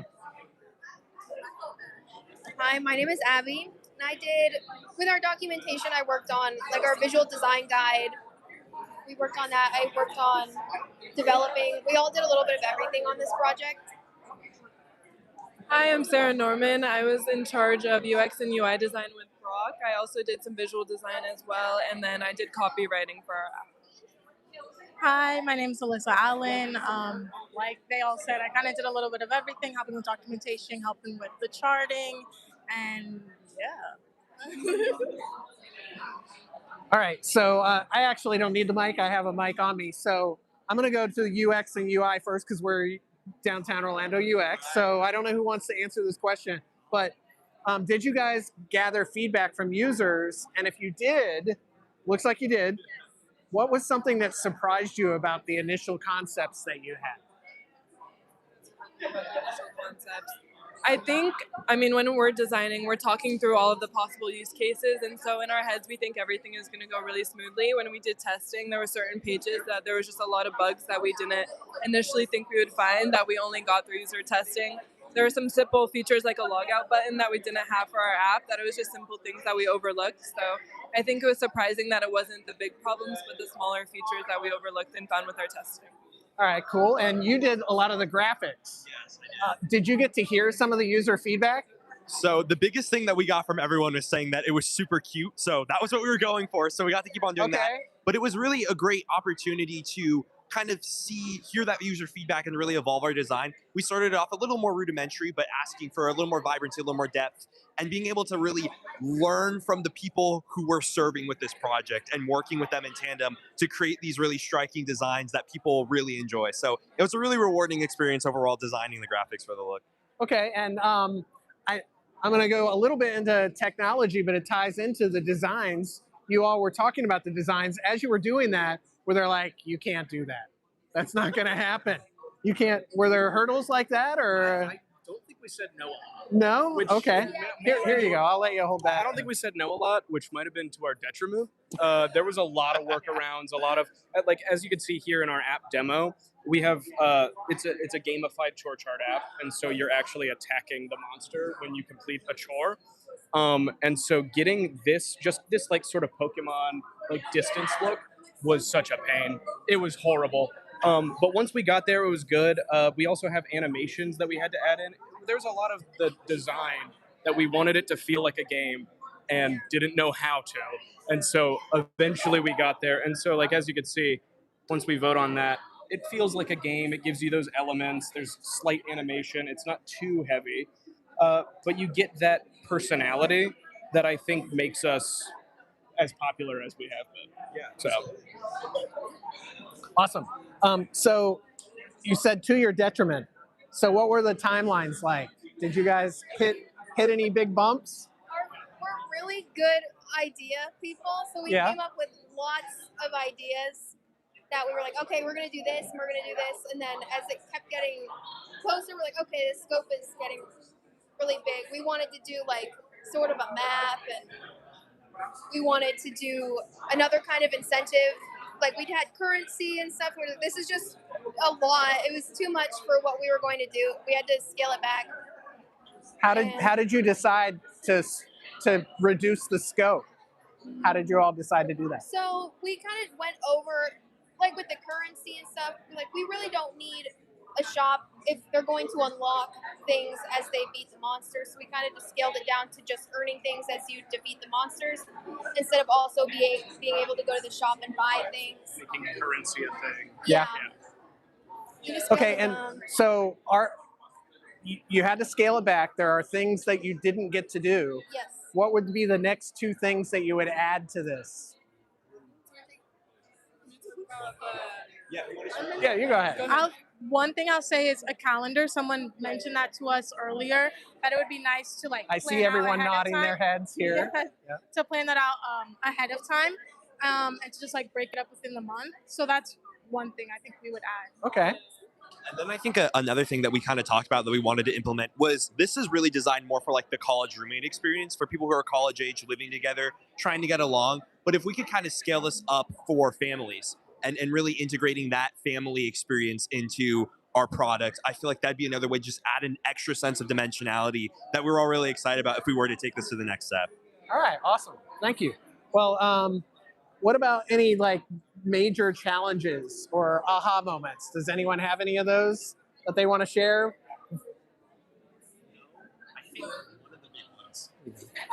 I think our biggest challenge was deciding to build this in React as a mobile app. Oh yeah.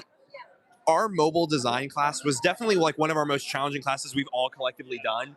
And so initially we had this idea to do a mobile app. We're like, yeah, let's do this. And then we had that realization that, oh, now we actually have to build it. And I think honestly, the entire framework and structure of this app was probably our greatest challenge because it pushed us out of our comfort zone. And not only are we working from a web design perspective, but we're also working from a game design perspective too, building both of these experiences simultaneously as one hybrid. And so I feel like that was honestly our greatest challenge, but also the greatest reward because we all walked away feeling a lot more confident in ourselves in terms of our development. So I feel like it was a really all-encompassing experience that was as challenging as it was rewarding. All right. The first thing we thought of, we were like, okay, we're gonna make it an app, but we have to make it an app. Right. Yeah. So we have to figure out how do we do that? Yeah. Well, it was very cool for the YouTube audience. We were pointed over here. when he was saying things, they were all nodding too. So the whole team was really aligned on that. So it was very Yeah, cool. we have a really good team. I feel like we all work really well together, and we've enjoyed like doing the project together. All right, we'll ask you over there when they're not here. No, I'm just kidding. I'm kidding. All right. Is it okay if I take a picture of you guys? Thank you. Thank you. My name is Kina. I was the lead developer, so I worked a lot on the front end and the back end with the gracious help of my team because the debugging process was definitely something for sure. And then this is I'm gonna hand it off to Max. My name is Max Rivera. I was with Cadence, Gabby, who's somewhere around here. That's all right. But we are basically the people who did the UX UI aspect of it, the user experience, obviously. But I also helped out a little bit with what do you call it, testing and everything. Okay. Hello, my name is Cadence Ross, and as Max said, I worked with the UX and UI, so helping make the wireframes, and I also worked on documentation, and I'll hand it off to Leandra. Hi, my name is Leandra Bodden, and essentially my role in this project was doing the design. So everything you see here, including the logos, cards, and some of our aspects on the website, including the typography, those were all designed by me. So that was essentially my role in the project. But if you guys have any questions about what our app does or what our goals are, our mission here, please feel free to ask, and we'll be happy to Give us a real quick rundown. Yeah, okay. We're in an elevator here. Gotcha, so. yeah. Okay, so the quick spiel is that our app EcoMax is a way for users locally here in Orlando is what we have it to currently now.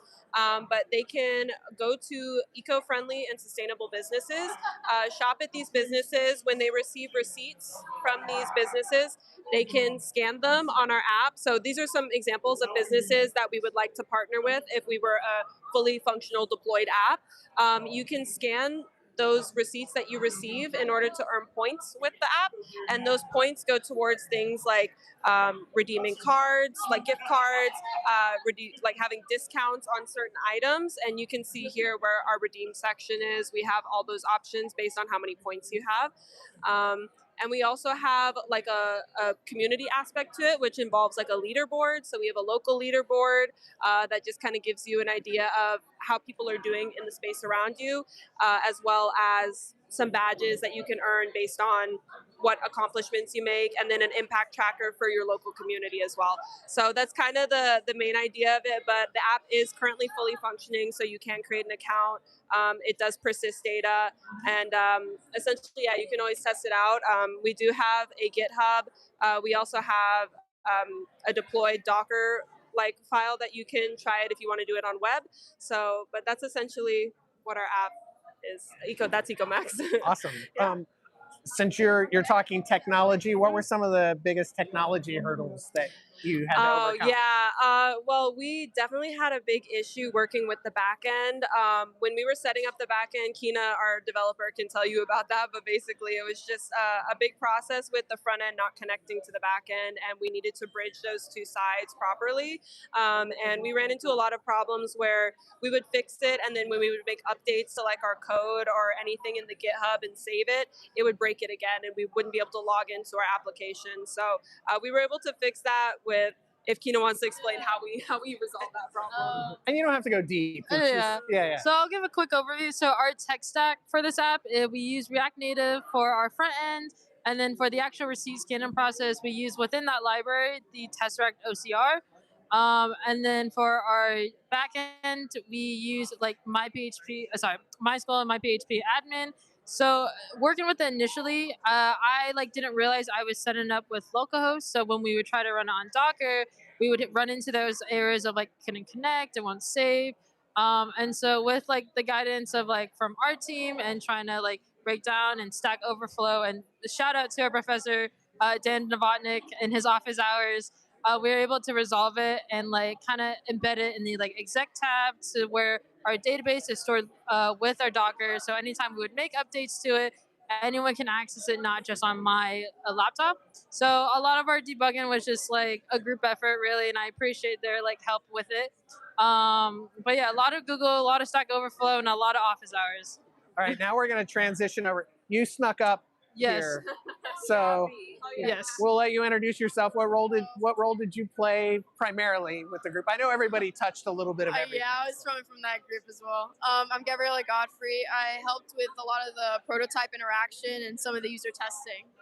Okay, and we've got 3 UXers here, Yeah. right? And I know you guys probably helped with that too, but what was one of the biggest surprises that you had when you first went in from your original concept to put it in front of users? I'm assuming you put it in front of users. Yeah. So, Well, originally we did like tree testing. yeah. To see if they would, be able to navigate through our menus just by text alone.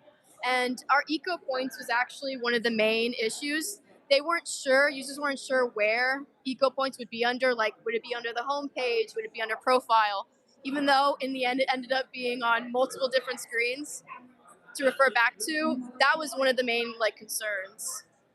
Going into further testing, we had different goal screens that we wanted our users to get to. Most of the time, they were able to make it to said goal screen. Misclick errors were very few and far between, but our main issue was actually our home menu. People didn't know. At first, we didn't have our eco badges as a clickable thing to get to unless you were in our profile. Unless you were in our profile right here. So they were a little confused on to how to be able to view the eco badges and what those milestones were.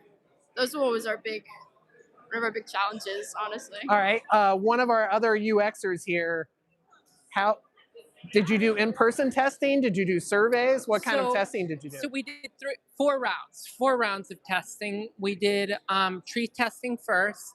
Then we did a low fidelity prototype. We had people, she had people go through it and interact with it. Surveyed and did it in person. Okay. Yes. And then we had a high fidelity round. And then the final round was with user personas. So we actually had use cases and we had people kind of say like, oh, you have this scenario, go through it, try to see if you can interact with the app and get to that scenario and complete it perfectly. So obviously we went from having I believe it was a misclick of 15% and we got it down to about 5%. Oh, great. So that was good. We were, really proud that, we made it very easy to navigate and very intuitive in terms of having the metrics behind it is really meaningful too. That's great. Well, I have a cheat sheet right here to kind of make everything a little bit easier to remember. But just knowing all that stuff is, I feel very important and helpful. Awesome. And thank you. Now I'm going to pass it over to you. And what would be something that you wish that had gotten in that did not? Oh, I'm going to have to think for a second, okay? And I'm going to ask everybody is there anything that was like kind of a gotcha, like, oh no, we didn't expect that? We didn't have a sign out button for a while. Oh, okay. Yeah, No sign out button. Okay. And we realized like a few days before one of our, we realized that a few days before one of our milestones we're doing, our professor was like, I can't sign out of your app. leave? I was like, oh yeah, that's a problem. So we had to implement that later. That was one moment that we had like a big, aha. Okay. So, but was there anything that you would say you would like want to add to the app? I mean, it's pretty, I think that if we were to implement something, it would obviously be partnering with actual local sustainable businesses. Right now, we're not actually partnered with them. It's just for show. So if we were to take it one step further, we would go and we would talk to everyone. And it was also mentioned that a privacy policy. So we would definitely look into adding a privacy policy as we are storing receipts for users. So that would be something that we would add. Awesome. Well, thank you. I'm Iman. I did the branding and the graphic design. I'm Aaliyah. I did the back-end development for PenPath. I'm Melanie, and I did marketing as well as created the 3D model for our design and also some designs. I'm Rachel, and I was a project manager and also focused a lot on the design as well. We're missing one of our members. Okay, well. And we have one more that is also a developer, but she's not here right now. Well, tell us a little bit about the product. Maybe they'll come back. And, So PenPath is a cursive writing app for K through 5 students. We noticed that there was a gap in the market for cursive in schools nowadays because a lot of programs are being taken out of schools.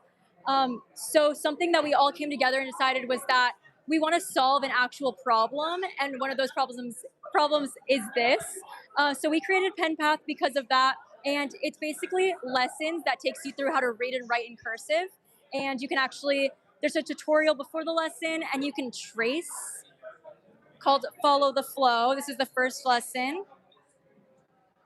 And it'll actually detect if you are going in the lines or not. So if you don't go in the lines, you cannot click next, but she got it.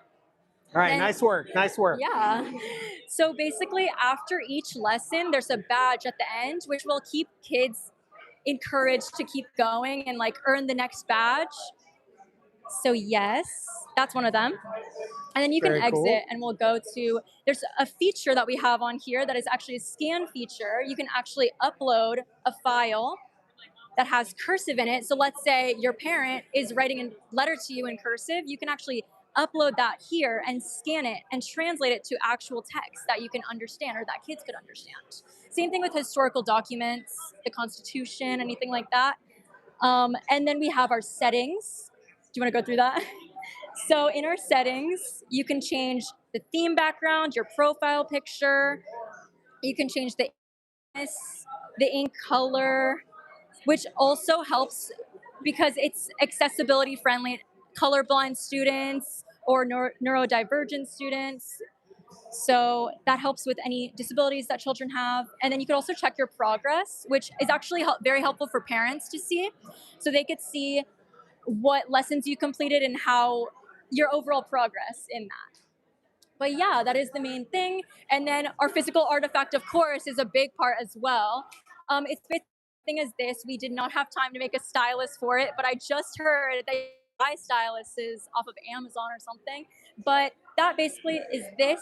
And we created that inspiration. Our inspiration was Leapfrog because Leapfrog is its own device. Students, a lot of the days now, have like a problem with short form content and want to go onto different social media platforms. So that's really helpful to help them like keep focused and not distracted.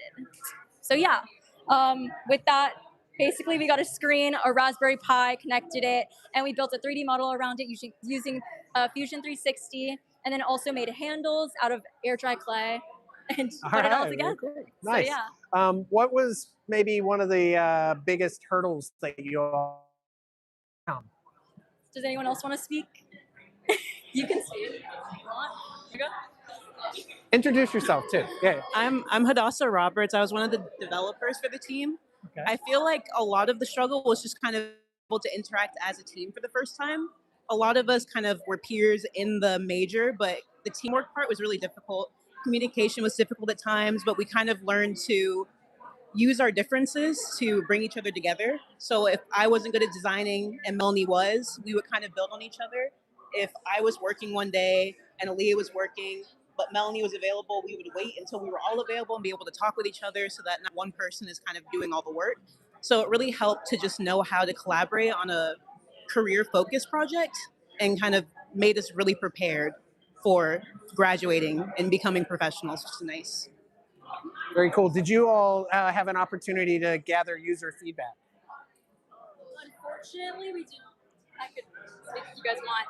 Unfortunately, our first semester was the only semester we really could gather user feedback. And honestly, that semester was jam-packed with the marketing, budgeting, ideation, designing, wireframes, prototyping, like everything. And that's in the span of 3 months.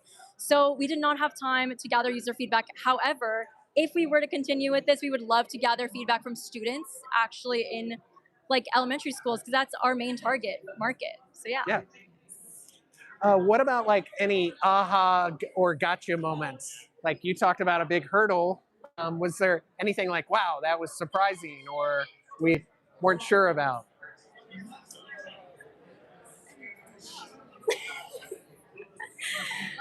I can say our solution to our problem.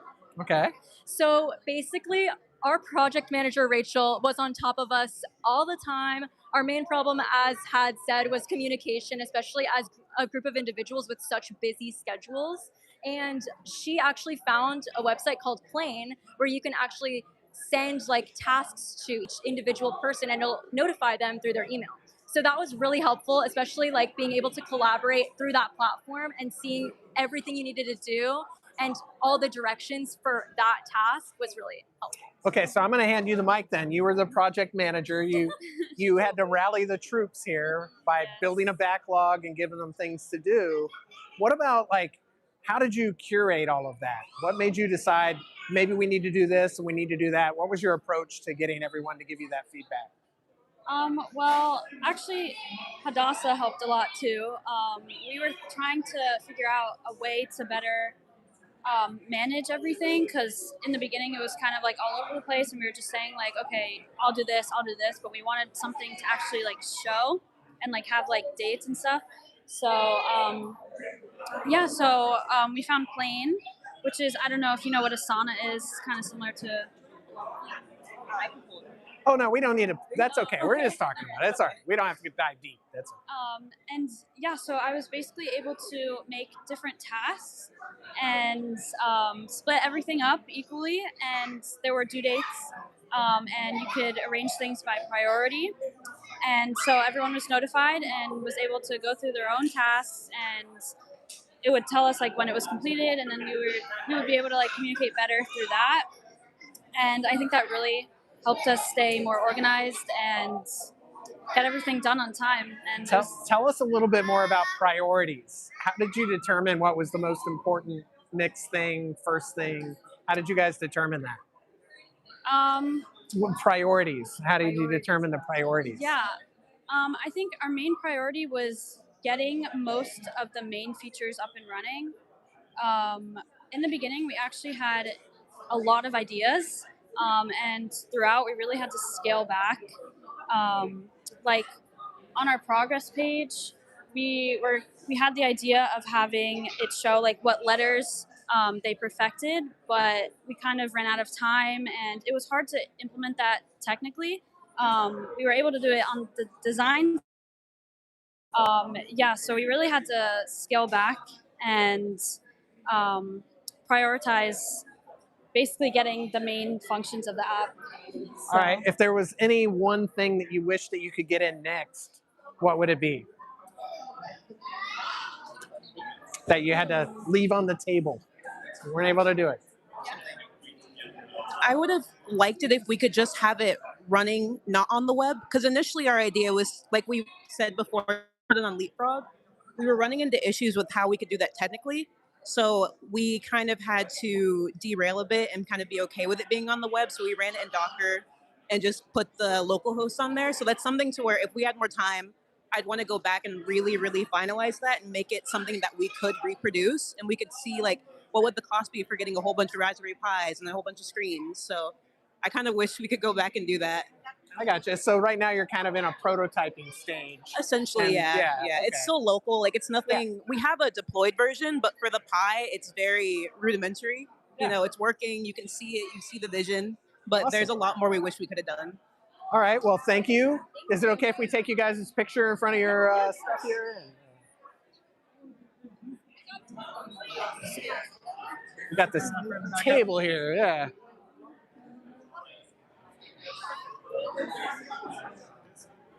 It's trying to scan your QR code. Thank you. Nice meeting you all. Congratulations.